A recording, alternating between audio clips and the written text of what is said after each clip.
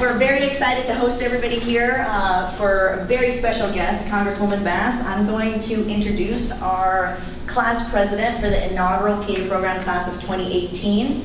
Her name is Ebony Miller. Before she came to CDU, she was a surface warfare officer, command fitness officer, and lieutenant in the U.S. Navy. She has been involved in research projects. She was a medical assistant, track and field coach, and she earned her Master's of Public Health from San Diego State University. So she's going to say a few things to introduce our wonderful guest. Come on up, Eb. Congresswoman Bass' passions are aligned with our own. She worked for nearly a decade as a PA and served as a clinical instructor at the University of Southern California's Keck School of Medicine PA program. Well, I just have to tell you, it really is an honor and very exciting for me to be here with you. I go way back with the PA program here at Drew, and in fact, it was a PA program here that inspired me to be a PA. But what always moved me about Drew was Drew's mission. Drew's mission to me was very much at the core of who I felt I was and wanted to be, and the whole notion of service and going into medicine for that reason. It's great to see you, Celia.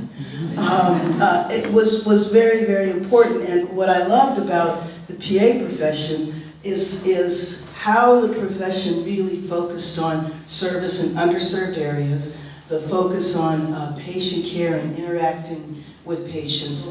When I started Community Coalition, I tried to keep up my PA license, and so I would go and I would moonlight, and then it just evolved where I could no longer maintain, the profession. So it was interesting because, again, I didn't plan to leave the profession. I also never planned to run for office and never thought that that would be something that I would do. But what happened was it was just that I evolved into it. So after working in the community and building the organization and fighting the good fights, it was after the civil unrest, which is going to be 25 years next year.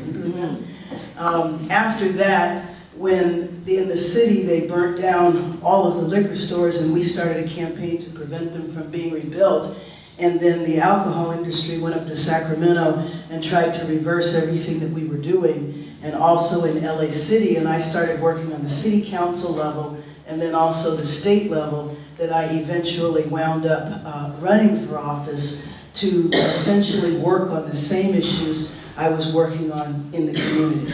So working on the whole child welfare system, criminal justice reform, were issues that to me were part of the root causes as to why we had the violence in the community to begin with. If you look at the social and economic conditions, if you look at health from a broad public health perspective, you understand that you really need a comprehensive solution to address these problems. And so that's why I eventually ran for office. And then going to Washington, D.C., and the same thing, working on the same issues there, working on criminal justice reform, child welfare.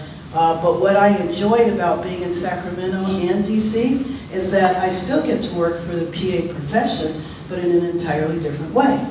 The big thing for me with you is tuition and wishing to expand the public health service so that you could, make a commitment to serve in an underserved area and get your tuition forgiven, reduced, or something. So it's my hope that I will be able to work on that at some point in time. And then also expanding, PA utilization and PAs being able to bill differently. All of those things to me are ways that, given the Affordable Care Act, the PA profession should be able to expand dramatically. And so it's my hope while I'm in Congress that I will be able to do that. So let me just, so I read when I was preparing to come here that you guys did a bike ride. And I love that. I love that. I think that's, aside from the fact that I'm a big bike rider, but I ride at the beach. You know what I loved about that is that I know that the class that I used to teach at SC was health communication, and the purpose of that was to teach PA students to learn about the communities where they were going to serve. Because one of the things that is frustrating is that if you don't know where you are, then when you're talking to patients, I mean, it's great for you to say, ooh, take this 1,500 calorie diet and eat fresh fruits and vegetables, and you haven't looked around to find out there aren't fresh fruits and vegetables out there, and how am I supposed to, adhere to this 1,500 calorie diet? And so the idea that you guys did that and you learned about the community, I just thought that was just great. That was just a great idea. So you mentioned how working as a PA, you would get so wrapped up in your patients and their care and what they had going on back home. Now that you've had a chance to work as a congresswoman and you sort of get to see another side of healthcare, like a political aspect, and you get to see how healthcare is ran in different countries and different areas of the United States, what advice or what experiences do you think would have changed your view in your patient interaction? I guess maybe I understand more how medicine is political, and how healthcare is political, and seeing, the American Medical Association and the power that it has. That's where I think the PA profession needs to work on, because I don't think the PA profession is mature politically, and by that meaning, the PA profession needs to be way more visible, way more involved. And what I find of the national organizations is because PAs are very committed to working with physicians, sometimes I think they work a little bit too much in the shadow and need to be out there, more on their own. Since you've been in Congress for quite a while now, and it looks like we're making progress, but it's very slow. What, in your mind, you think is the biggest reason why is it that way? The resources are not there. This is the richest country in the history of the planet. And there is no reason in this country why we have homeless people, why we don't have health care that's equal. I can take you to my district. My district goes as far west as UCLA. And there is an abundance of doctors. All over, just an abundance of doctors. And then you come to this area here, where without these institutions, this institution here, the institution across the street, you would have virtually, very, very limited health care. In fact, I'm sure you know the reason the hospital was built over there was after the '65 civil unrest, when they discovered that there was no health care. I mean, if you want to get real about it, we can talk about institutional racism, we can talk about the history of the United States that has never made a commitment to full equality, period. And the sad thing about it, and the good thing about it is, that there's no reason for that. The good thing is that we do have the resources. So folks like me, I made a commitment at a young age that I was going to spend my life fighting for social and economic justice.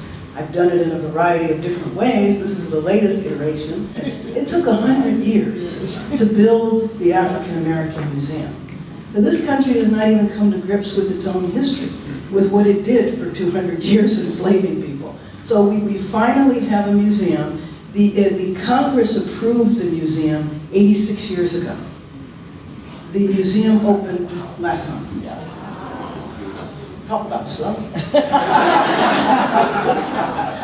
It is very frustrating to me to be in Congress and to know that one of the things that holds us back is the partisanship that happens there. There's a lot of organizations that are trying to advocate for community and growth in health, but do you think that it's going to be attainable if they continue to work individually? But most of the groups that call themselves activists or social justice or civil rights groups actually do work together a lot, but they do focus on different issues. When I came here, I was appalled about the lack of grocery stores and fresh produce available to people in these communities, and there were 8 liquor stores for every square mile and 1 grocery store for every 10 square miles.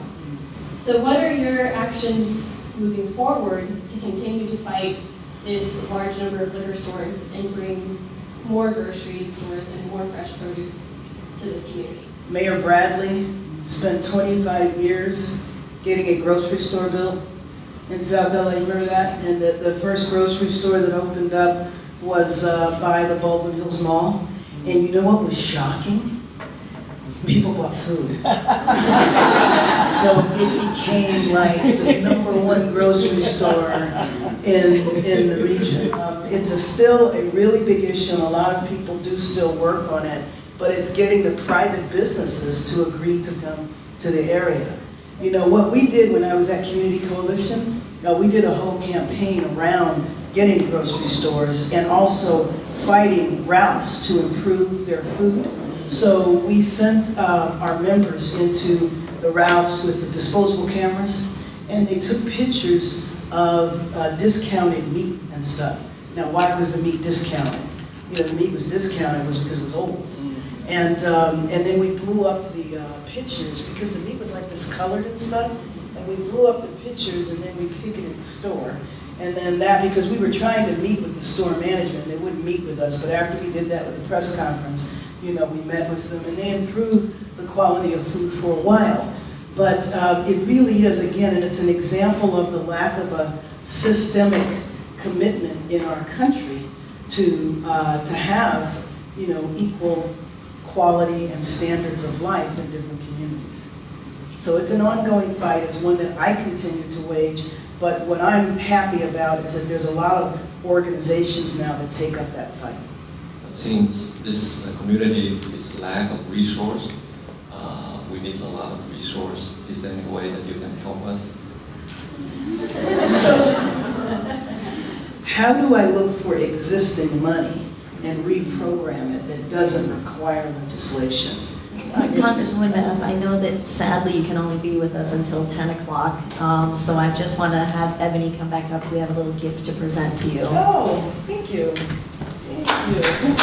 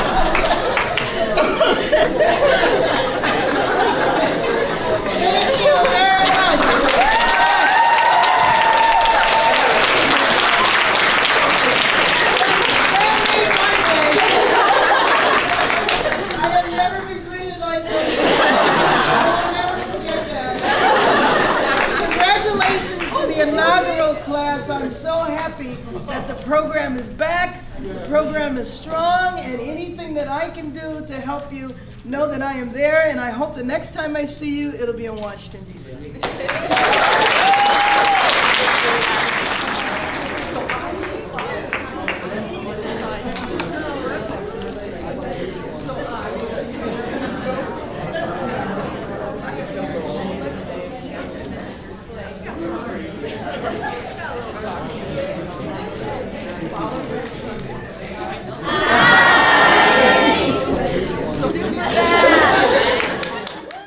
Thank you, Congresswoman Bass, for coming to speak to our school. Very motivational, got me excited for the PA program and its future. Thank you.